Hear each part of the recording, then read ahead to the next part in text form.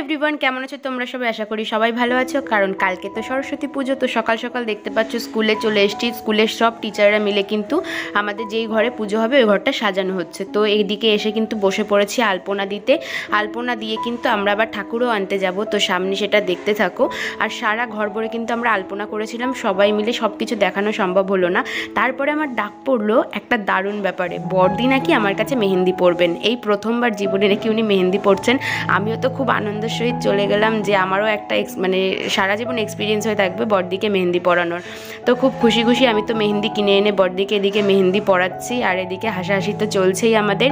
বড়দিকে কিন্তু মেহেন্দি পরানো হয়ে গেছে, আর দেখতে পাচ্ছ তোমরা কেমন হয়েছে মেহেন্দিটা অবশ্যই জানিও। আমি কিন্তু কোনো প্রফেশনাল আর্টিস্ট নই। আর তারপরে এই যে তোমাদের একটু ঘরটা দেখাচ্ছিলাম, যে সারা ঘরে কিন্তু আলপনা দেওয়ার ডান। এরপরে আমরা যাব ঠাকুর আনতে, তো চলো তোমাদের সেখানেও নিয়ে যাব। তার আগে আরেকটু দেখিয়ে দিই যে আমরা কত সুন্দর সবাই মিলে আলপনা দিয়েছি। আর এই বোর্ডের ডিজাইনটা বিশেষত আমাদের প্রিয়াদি বলে একটা দিদি আছে, সেই দিদিই করেছে। বাকি ডিজাইনগুলো সে চক দিয়ে এঁকে দিয়েছিল, আমরা আলপনাগুলো করেছি। আর এইটা দেখো, ওইখানে আমাদের ঠাকুরটা বসবে।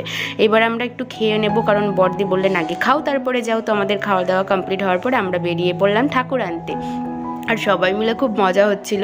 আর এই মা সরস্বতীটাকে দেখো, জাস্ট মুগ্ধ হয়ে যাবে দেখে, এত সুন্দর। আর এটা পুরো আসল বেনারসি পরানো ছিল, তো ভাবলাম তোমাদের একটু দেখিয়ে দিই। আর ওখানেও আর একটা আছে দেখো। আর এটা হচ্ছে আমাদের স্কুলের মায়ের মূর্তি। তো আমরা তো এই যে সবাই ভ্যানে তুলে দিল এখান থেকেই, তারপরে আমরা ভ্যানে নিয়ে সবাই মিলে কিন্তু স্কুলে চলে গেলাম। আর সেই স্কুলে গিয়ে সবাই আশপাশ থেকে লোকজন এসেছিল, তারা এসে কিন্তু আমাদের মূর্তিটা আমাদের বেদিতে ওখানে বসিয়ে দিয়েছিল। তো তোমাদের সবার পুজোর আগের দিনের কি কি প্রিপারেশন নিচ্ছ, আরও অনেক ক্লিপস নিয়েছিলাম, কিন্তু সেগুলো সব দেওয়া সম্ভব হলো না, কারণ প্রচণ্ড ব্যস্ততার মধ্যেও তোমাদের জন্য আমার ভিডিওটা দিতে হলো। তো যাই হোক, আমাদের মায়ের মূর্তি তোমাদের কেমন লাগলো জানিও, কালকে আরও দেখাবো। আর এটা কার হাত বলো তো?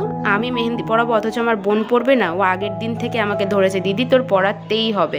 তো শত কষ্ট হয়ে গেলেও সকাল থেকে বাড়ি এসে কিন্তু এনাকে আবার মেহেন্দি পরাতে হয়েছে। আর এই যে খুবই খুশি, দেখতেই পাচ্ছ। তো চলো বাকি মেহেন্দিটা আমি কমপ্লিট করি, দেখা হচ্ছে আবার কালকে। ভালো লাগলে অবশ্যই লাইক সাবস্ক্রাইব করো।